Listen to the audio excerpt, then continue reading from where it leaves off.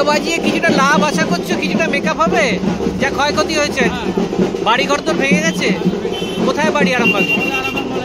মলয়পুর। আচ্ছা, তোমার নাম? তোমার নাম? অভিজিৎ দাস। হ্যাঁ, কোথা থেকে আসছে? মুর্শিদাবাদ থেকে। ওখানে বন্যা হয়েছে তো, এবারে তো ক্ষয়ক্ষতি প্রচুর হয়েছে। এবারে কি আশা করছেন যে পুজোতে মোটামুটি আয় হবে? আচ্ছা, এত দূর থেকে এলেন, এটা কি প্রতি বছর আসেন?